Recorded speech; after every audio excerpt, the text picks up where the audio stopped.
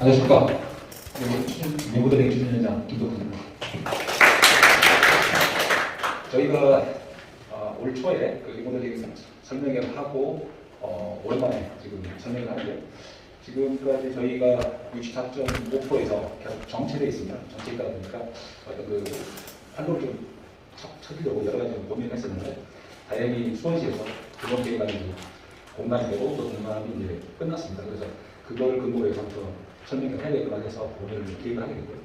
오늘 그 정비업체하고 설계업체가 저희가 지금 작년에 배포했던 그 소개자료에서 변경된 부분들, 또 우리가 더 가져갈 수 있는 이익 부분이 뭔지 그런 부분들 좀 설명을 추가를 드리겠습니다. 그리고 저희가 그 PD 수첩에서 리모델링하고 재건축에 대해서 한번 방영을 했었는데, 그 부분에 대해서도 우리 지금 보면 이 재건축 준비위원회에서 만들어진 일인데 어떻게 다른지, 또 어떤 부담감이 있는지 이런 차이점에 대해서 좀 꼬박꼬박 짚어가지고 설명을 드리도록 하겠습니다. 네, 감사합니다. 예, 그럼 바로 이어서 포스코 건설의 오부지 차장이 나와서 리모델링에 대한 포스코의 의지나 현황 이런 부분들에 대해서 간단히 인사를 드리도록 하겠습니다. 그럼 박수 한번 해주시죠. 인사드리겠습니다. 포스코 건설의 오부진 차장입니다. 반갑습니다. 네, 먼저 이런 설명회에 초대해 주셔서 감사드리고요. 저희가 준비한 영상을 좀 보실 건데, 그 영상 보시기 전에 한 두 가지 정도만 좀 말씀을 드리고 싶습니다. 먼저 리모델링에 대한 인식이 많이 지금 개선이 됐습니다. 과거에 한 2019년 정도 전에까지만 해도 저희가 이제 아파트 단지도 찾아가고 이래서 리모델링 좋습니다, 리모델링 하세요라고 아무리 해봐도 한 10개 단지 중에 한두 개 정도만 리모델링을 하셨거든요. 근데 한 2020년부터는 저희가 찾아가지 않아도 자발적으로 리모델링 하겠다고 오시는 단지들이 굉장히 많고요. 그리고 원래는 예전에는 이제 서울이나 수도권, 일부 수도권에서 진행을 많이 하셨는데, 지금은 지방 광역시 그리고 지방 대도시에서도 리모델링을 하겠다고 하시는 단지가 굉장히 늘어나고 있습니다. 특히 최근에는 창원에서 한 6,200세대 재단지에서도 동의로 충족이 돼서 조합 지금 인가를 받은 상태고요.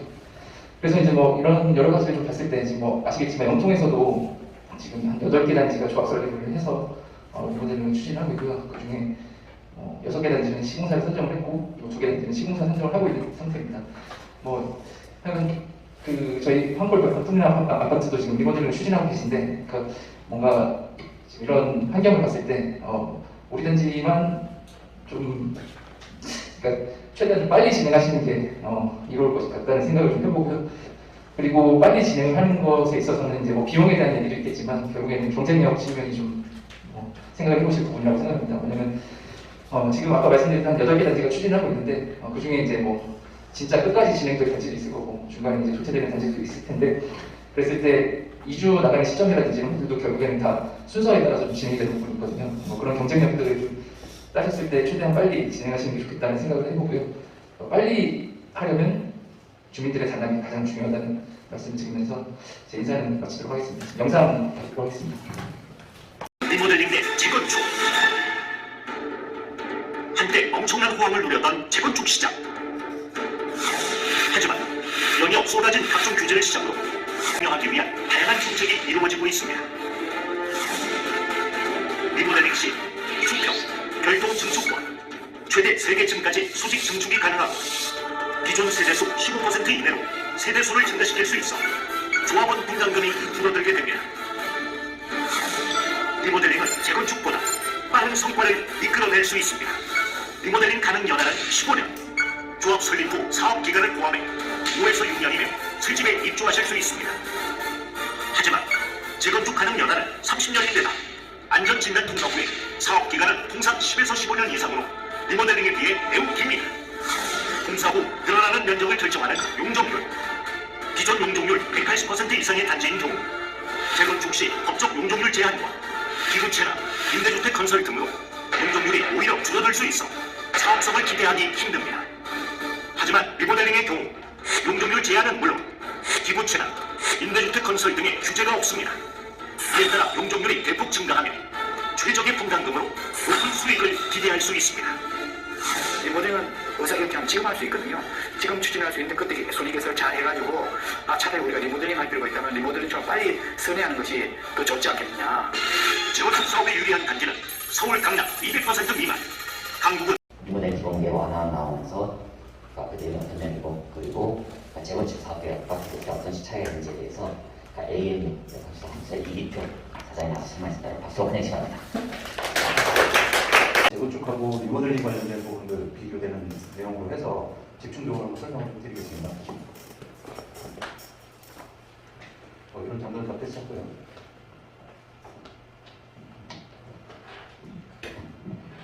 여기서 보면 우리 현황이 지금 923세대, 용적이 현재 220%다라는 거는 기억을 하셔야 될 것 같습니다. 뒤에서도 이게 같이 나오네요.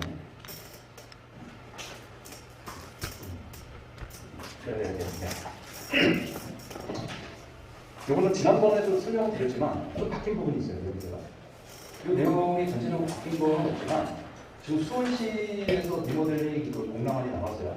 근데 지난번 저희가 처음에 진행했을 때는 용적률이 300%까지 상한을 봤었는데 그게 없어졌습니다. 그게 없어지고 지금 뒤에서 설명을 드리겠지만 포인트 제도라는 게 있습니다. 그래서 그것만 만족을 하면 저희가 국민주택 규모 이하, 전용이 40%, 이상 30%까지 다 찾아먹을 수 있는, 그래서 용적률 한도는 이상까지 갈 수 있는 그런 조건이 마련이 됐죠. 그래서 어쨌든 좋아진 거예요. 되게 좋아진 거예요. 이게 없어서 저희가 300%를 넘지 못할 것이다. 계속 이렇게 돼 있었는데 그걸 넘어가니까 되게 좋아진 상황이 됐고요. 자, 그러면 수원시 재건축 관련된 법을 기준으로 리모델링과 같이 설명을 드리겠습니다. 저희가 3종 일반 주거 지역 법정 상한 용적률은 300%입니다. 여기에서 기준 용적률이 230%예요. 그럼 기준 용적률이 뭐냐라고 얘기를 하면 100m 달리기 할 때 출발선이라고 보시면 돼요. 근데 이거 시공구별로 좀 다릅니다. 부산시 같은 경우에는 기준 용적률이 260%가 돼요. 출발선이 더 앞에 나가 있는 거죠. 그래서 수원시는 230%, 허용 용적률을 20% 인센티브 요걸 줍니다. 그러니까 뭐 공개공지 설치한다든가 뭐 이런 내용들이 있어요. 그걸 하면 20%더 줍니다. 상한 용적률을 대지 기부 체납했을 때 20%더 줍니다. 그래서 대지 기부 체납을 이걸 환산하려고 하면 한 5.5% 정도 대지 면적으로 기부 체납을 해야 돼요. 또한 법정 상한 용적률 300%까지 가기 위해서는 약 30% 정도의 퍼센테이지가 남아있는데 그 중에 절반, 15%는 임대주택을 지어요. 그래야지만 우리가 여기서 얘기하는 300%를 갈 수 있다. 이렇게 보시면 됩니다. 공식 자체는. 그랬을 때 재건축 분양 용적률은 실질적인 거, 여기서 제가 설명드리겠지만 272%예요. 여기 15% 빼고. 근데 실질적으로 248%라고 얘기했던 이 부분은 무슨 얘기냐? 두 가지가 있어요. 원대지 면적에서 봤을 때 이 5.5%를 빼니까 실질적으로는 272%가 나오더라는 얘기를 하고 있는 거예요. 선대에서. 거기에서 우리가 272% 안에는 엘리베이터, 승강기울, 계단실, 기타 부대시설들이 또 용적률이 다 들어갑니다. 리모델링은 전용 면적의 40%를 그냥 들릴 수 있는 건데 이 용적률은 실질적으로 전용 면적만 갖고 봤을 때는 한 248% 정도 나옵니다. 전용 면적만 갖고 봤을 때. 자, 리모델링은 아까도 말씀드렸다시피 저희는 이제 국민주택 규모 이하니까 뭐 40% 다 늘릴 수 있고요. 그렇게 봤을 때 실질적으로 전용으로만 보면 308%예요. 근데 여기에다가 약 24% 정도가 이게 뭐냐면 승강기, 계단실, 아까 뭐 부대 공리설 이런 게 들어가는 것들이 한 24%라고 추정을 해보면 약 332% 정도 나옵니다. 요거 이상부터 나올 수도 있어요. 그러니까 전용의 차이를 좀 보셔야 돼요. 단순히 이 총량의 차이만 보지 마시고 전용으로 우리는 리모델링은 전용의 40% 늘릴 수 있다. 그러나 재건축은 전체 합쳐서 300인데 거기에서도 공용 면적 이런 거 지금 다 빼버리면 실질적인 거는 248%가 돼요. 그래서 요거를 제호를 한번 짜봤어요. 300%일 때, 리모델링 300%일 때. 예전에 이제 우리가 300%로 진행했던 상황이었죠. 재건축했을 때 조합원 세대수 928세대를 공급 면적 36평. 왜냐면 리모델링을 36평 잡았기 때문에 이거를 동일선상에 놓고 이제 계산을 해본 겁니다. 그래서 36평을 놓고 보면 일반 분양분 약 22세대, 약 33평짜리 22세대가 이런 분양분이 나옵니다. 근데 리모델링에서는 36평 139세대, 이 139세대는 우리가 15% 늘릴 수 있는 그 세대를 맞춘 거예요. 그래서 요걸 기준에서 빼버리면 한 36평 나와서 139세대 정도 나온다. 또 여기 이제 임대주택을 또 지어야 되죠. 한 64세대. 그것도 한 25평, 33평 이렇게 해가지고 임대주택이 약 64세대에 들어간다. 단 이건 숫자에 대한 얘기입니다. 무슨 얘기냐? 우리 바로 옆에 학교가 있어요. 저희가 결동농축을 막 하면서 리모델링 할 때 제일 고민하고 있는 분들이 바로 이겁니다. 자, 초등학교 교사들과 운동장, 일조 시간에 대한 얘기가 있어요. 요거를 맞춰야 됩니다. 그렇지 않으면 높이를 못 올라가요. 그러니까 교사들과 교사동이 없는 운동장, 일조 시간을 맞춰야 되는데 초등학교인 경우에는 그 동기 기준입니다. 8시에서부터 16시까지 총 4시간 연속 일조가 있어야 되고, 총 일조 시간 4시간 있어야 되고, 연속 일조는 9시부터 13시까지 연속 일조 2시간을 확보해야 됩니다. 교사동은.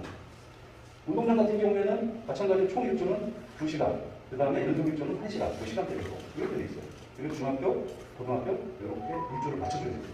그래서 학교 주변에 있는 이런 부분들이 이제 있게 되면 저 일조 때문에 층수를 또 못 올라가요. 근데 수원시는 우리는 지금 또 층에 대한 제한이 있어요. 전체. 우리 아파트 단지만 있는 게 아니고 전체 수원 영통지구에 대한 또 그 층에 대한 지구단위에서 묶어놓은 층 제한이 있습니다. 이 부분 또 뒤에서 설명을 다시 한번 드릴게요. 자, 그러고 났더니 그러면 우리가 이거 리모델링으로 이번에 그 수원시에서 동남 나와 있는 내용을 다시 한번 좀 바꿔봤습니다. 재건축은 이제 300% 그대로 놓고 이 기준을 똑같이 38평으로 다시 또 천상에다 놓고 봤을 때 여기 일반 분양 세대는 없어집니다. 여기는 똑같이 해보면 여기는 130세대, 89평 그대로 나오죠. 아까 이제 36평이었는데 3종 또 늘어나죠. 이런 부분이. 그리고 임대는 여기 또 그대로 한 64세대 지어야 되지만 여기 임대가 없고요. 이런 차이가 좀 있는 거예요. 재건축하고 리모델링. 아까도 제가 말씀드렸지만 실질적으로는 용적률 300%지만 이 안에는 공용 면적이 다 들어가 있다고 하는 거예요. 계단실하고 이런 것들. 근데 우리는 전용 면적 40%를 다 찾아먹는 이 용적률 이 300% 넘는 이 부분은 도시계획이라는 건축심의위원회에서 정하게 되어 있어요. 그래서 저 용적률이 만약에 높아지면 높아져도 전용 면적 40% 범위 안에만 들어가는 거예요. 계단실을 크게 하든 적게 하든. 물론 계단실 크게 하면 공사비 많이 들어가니까 적정 면적으로는 가겠지만은 그런 부분들이 차이가 많이 나는 거예요. 그래서 아까 제가 실질적인 전용 면적에 대한 용적은 248%다. 그리고 리모델링은 308%다. 이렇게 말씀드립니다. 네. 그럼 전용 면적 40%를 어떻게 찾을 거냐에 대한 얘기인데 이게 지금 수원시 공동주택 리모델링 운영중 공간 나와 있는데요. 그대로 제가 작시해서 갖고 온 건데 크게 기반시설, 그 다음에 자연친화시설, 뭐 녹색건축물, 에너지, 진흥형, 뭐 이런 주요 정책 이런 데서 보면 뭐 25%, 25%포인트, 15%포인트 뭐 이렇게 해서 우리가 예를 들어서 요거를 만족시키겠다 그러면 40% 되잖아요. 요건 만족시키면 우리 40%다 찾아내는 거예요. 근데 내용을 보면 우리가 하겠다라는 거예요. 단지 내 열린 놀이터 및 열린 공원 주소. 그냥 만들어주면 돼요. 특별히 우리 공사비나 뭐 이런 것들이 더 들어가지 않고 충분히 확보할 수 있는 용적이다. 이렇게 보시면 됩니다. 네. 지금 저희가 수원시에다가 확인한 결과 수원 영통지구 지금 현재 우리 지구단위 계획으로 붙어 있는데 앞으로 내년부터 그 1기 신도시에 대한 재건축에 관련된 법률을 제정하겠다, 뭐 이렇게 만들어내겠다라는 게 언론에서 나와서 수원시 그게 있습니까? 라고 물어봤더니 수원시는 수원 영통지구는 아직 30년이 안 됐기 때문에 그 계획이 전혀 없대요. 그리고 뉴스에 잘 보시면 1기 신도 쪽, 목동이나 분당이나 이런 쪽은 어느 아파트 단지 하나하나만 얘기하는 게 아니고 전체 도시에 대한 계획을 세우고 수립을 합니다. 그래서 목동 신시까지 전체에 대한 계획을 수립을 하고 거기에서 그동안의 도로 폭이 모자랐던 거, 그 다음에 뭐 예를 들어서 아파트 단지 쪽에서 보면 전체 도시의 사회관리나 이런 것들을 고려해서 층수 높이 이런 부분들을 각 단지의 어떤 지침으로 정해집니다. 그거를 내년부터 이제 하겠다라는 얘기예요. 그럼 그 도시계획은 저도 이제 그런 부분을 많이 경험을 해봤지만 그 부분이 진행되는 데 있어서 한 어느 정도 시간 걸리느냐 솔직히 말씀드리면 1년이 걸릴지 2년이 걸릴지 몰라요. 저희 회사가 서울에 있는 압구정 기본계획을 저희가 수립을 했어요. 서울시 용역을 받아서 했는데 아직도 안 끝났어요. 그게 한 5년 정도 됐거든요. 그러니까 전체적인 기본적인 가이드라인이 만들어지고 그거를 공감을 하면 그거에 의해서 재건축하기도 뭐를 다른 데 들어가기 시작하는 거예요. 단 수원시는 왜 이렇게 20층으로 다 묶었느냐 이렇게 쳐다보면 비행 보도 때문에 그런 건지 일률적으로 예전에 다 묶어버렸어요. 그래서 그 부분은 실질적으로 나중에 그 도시계획상에서 그게 어떻게 풀릴지 모르지만 높이가 풀어지지 않는 이상은 아까 학교 일조, 그 다음에 재건축에서 300% 이런 부분들이 상당히 어려워지지 않습니다. 그리고 단순히 숫자로만 그걸 한다고 숫자로만 비교해도 리모델링하고 많은 차이가 있다는 걸 좀 보실 수 있는 거예요. 이게 이제 내가 기존에 이제 주요 이슈 사항들이 용적률에 관련된 거, 뭐 초과익한 소재, 아까 영상에 나왔지만 안전진단, 조밀안전진단 이렇게 나오고 있어요. 여기 인수위 1기 신도시 재건축 서두르지 않겠다. 이게 무슨 앞에서 설명드렸지만 인수위에서는 1기 신도시에 대한 가이드라인을 먼저 만들겠다는 얘기예요. 2기 신도시, 3기 신도시는 아직 아니에요. 그거는 이제 30년이 안 됐으니까 그건 다음 문제라는 거예요. 1기 신도시는 30년이 다 됐고 그러면 이제 목동이나 분당이나 뭐 이런 1기 신도시 위주로 먼저 정책을 만들겠다는 얘기예요. 다음 여기 보시면 이거 신문지상에 나온 거지만 제가 제일 두려워하는 부분이 여기 있어요. 안전진단 평가 항목 중에 보면 그 예전에는 안전진단을 현행 50%에서 30% 낮추겠다라고 했어요. 재건축할 때. 그래서 이거 좋아지는 거죠. 근데 단서를 좀 잡았어요. 주거 환경 기준을 현행 15%에서 30%로 높이겠다라는 얘기예요. 그러니까 안전진단에 대한 얘기는 완화를 시키되 환경 기준은 오히려 15%가 높아지는데 환경 기준은 이거는 좀 그 숫자적으로 나올 수 없는 부분들이 많아요. 그래서 하나는 낮추고 하나는 높여놨다는 얘기예요. 이 신문 기사에 그대로 말씀을 드리면. 그래서 뭐 이거 안전진단 이거 적용됐던 이런 신문들을 많이 보셨으니까 이런 부분도 언제 실행될지는 사실 전문가인 저도 모르고 여기 포스코 건설도 와 계시지만 건설에서도 이거는 아마 언제 될 거다라는 얘기를 못할 겁니다. 아마 수원시 전체 이 신도시 쪽에 보면 이 기본 가이드라인이랑 기본계획 수립하는 것은 30년 이후에 그걸 이제 만지작할 겁니다.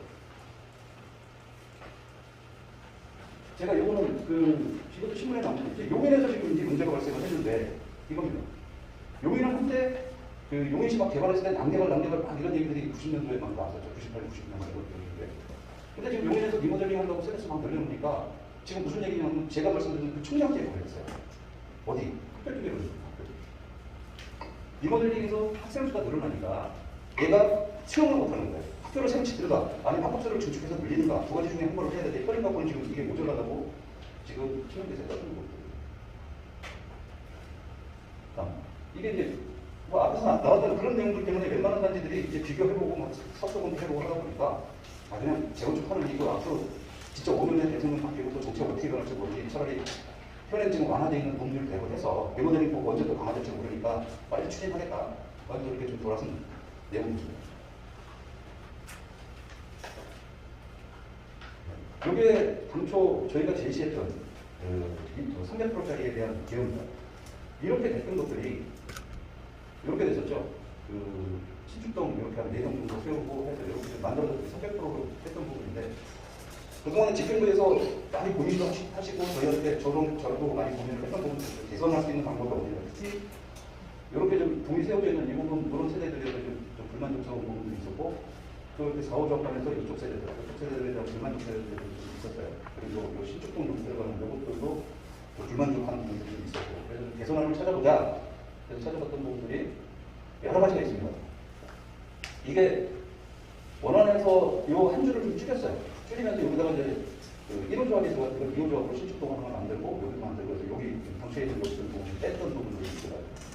그 다음에 대학 1서부터 대학 4까지 보시면 용적률은 요거는 이제 수원시 공람이 난 이후에 저희가 개선안을 만들어갔던 부분들입니다. 그래서 여러 가지 옵션들이 있어요. 이게 이렇게 했을 때 분담금, 이렇게 했을 때 분담금, 어떤 데도 유리한 건지 한번 저희가 검토를 좀 다 해봤던 부분들이에요.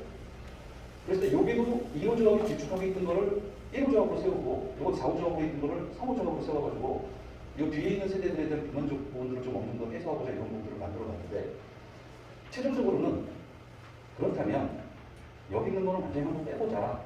여기 있는 건 빼보자. 단 세대수는 15%를 늘리는 게 아니고 129세대, 약 한 12, 3% 정도 늘리자. 그래서 나머지 용적은 일반 분양권 평형대로 좀 키워보자. 그러면 세대수를 좀 줄 수 있으니까.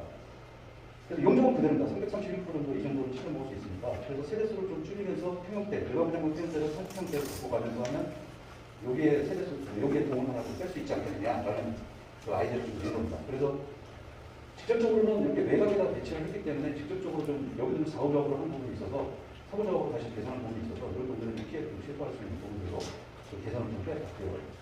지금 어떤 아니든 간에 지금 332%, 331%, 332%, 330%, 그래서 최대한은 한 332%까지는 다 갈 수 있다면 그러나 다시 한번 말씀드리지만 저기서 한 24% 정도는 계단칠하고 계단칠하고 그 다음에 위에 올라오는 부대공 비싸 이런 게 용적률이 퍼져 있지만 실제 전용은 한 308% 정도 됩니다. 전용료가 되는 거죠.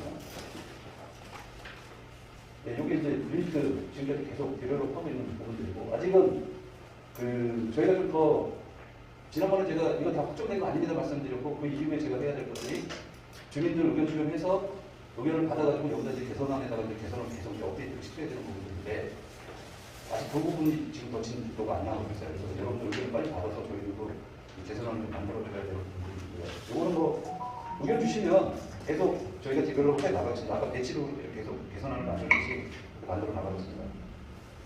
그것도 마찬가지고요. 지어주세요. 저희 업체 소개는 진행하겠습니다. 일단 저희가 그 분석한 거라면 첫 번째 신도시 전체에 대한 기본계획, 신도시 전체에 대한 기본계획을 수립을 해야 되는데 제가 보기엔 분당, 목동, 상계 여기 위주로 먼저 시작을 할 거고요. 그 다음에 1.2 신도시, 1.5 신도시, 2 신도시 이쪽으로 이제 넘어가는데 이거는 아마 5년 후가 될 겁니다. 그리고 또 하나 지금 현재 당선인 윤석열 대통령이 200만 원과 300만 원 공약을 했죠. 그 안에는 임대주택이 다 들어가 있어요. 그 세대 수기 때문에 임대주택 빼고 공약을 하는 게 아닙니다. 그럼 임대주택 어디서 확보할 겁니까? 땅은 한정돼 있어요. 그럼 재건축, 재개발 단지에 임대주택을 포함시키는데 앞으로 용적률을 올린다 하더라도 아마 그 부분은 상당 부분 나라에서 더 내놔 이렇게 되겠죠. 현재는 증가 용적률의 절반은 아까 15%도 뺏어갔죠. 30% 절반을. 그 절반 이상을 더 임대주택을 달라고 아마 요구를 할 겁니다. 그거는 예측하는 겁니다. 예측. 그리고 정책이 계속 변하는 부분에 대해서는 전문가인 저도 사실은 정말 어떻게 답을 좀 못 내는 부분들이 있어요. 그 실례가 저희가 마크로비 워크를 설계를 저희가 했어요. 근데 박원순 서울시장이 있을 때 35층으로 묶었어요.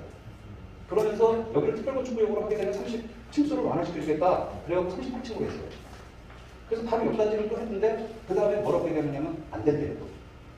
특별건축 똑같은 걸로 갔는데 그러니까 그 몇 년 차이, 몇 년 차이 갖고서도 정책이 그게 왔다 갔다 하는 거예요. 그러니까 그걸 한번 가는 거죠. 근데 제가 지금까지 30년 이상 이 역에 있으면서도 법이 완화된 거는 이건 처음 봤어요. 이 모델. 처음 봤어요. 강화된 거는 제가 누누이 봤어도 이것처럼 이 모델처럼 완화된 건 처음 봤어요. 정말. 아마 주변에서 보시면 다 아실 거예요. 초과익 컨트롤 뭐 이런 거 나오는데 계속 강화되지 않습니까? 아마 이거는 주민들이 잘 이해하시면 좋을 것 같아요. 그리고 리모델링 지금 완화가 돼 있고 앞으로 이거에 대한 부분들 분명히 다른 정책으로 인해서 아마 좀 더 이제부터 또 강화되기 시작하지 않을까 하는 부분들이 또 있어요. 서울에 가보면 아파트 단지가 용적률이 300%가 넘는 단지가 있어요. 338%, 뭐 332%. 그때 당시에 풀어준 게 있어요. 그때 당시에. 그 아파트 단지는 그때 당시에 풀려갖고 그걸로 시작했지만 그 다음에 한 것들은 300%까지밖에 못 찍는 거예요. 안 되게. 일단 설명 마치겠습니다.